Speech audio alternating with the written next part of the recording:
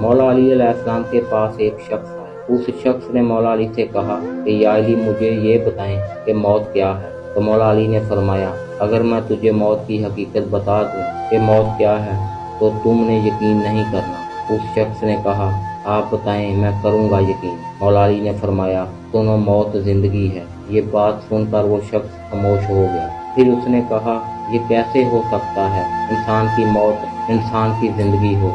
तो मौला अली ने फरमाया अच्छा मुझे ये बता जब तुम पैदा हुए थे किस हालत में थे। तो उसने कहा मैं तो क्या हर इंसान जब पैदा होता है तो रो रहा होता है। तो मौला अली ने फरमाया कि वो रोता इसलिए है क्योंकि जब वो अपनी माँ के पेट में होता है तो उसे लगता है वो ही उसकी जिंदगी है, और जब वो दुनिया में आता है तो उसे लगता है जैसे उसकी मौत होने लगी है, इसलिए वो रोता है। और जब इंसान दुनिया से जाता है तो लोग रोते हैं कि इसकी मौत हो गई है, मगर हकीकत में तो वो अपनी असल जिंदगी की तरफ जा रहा हो।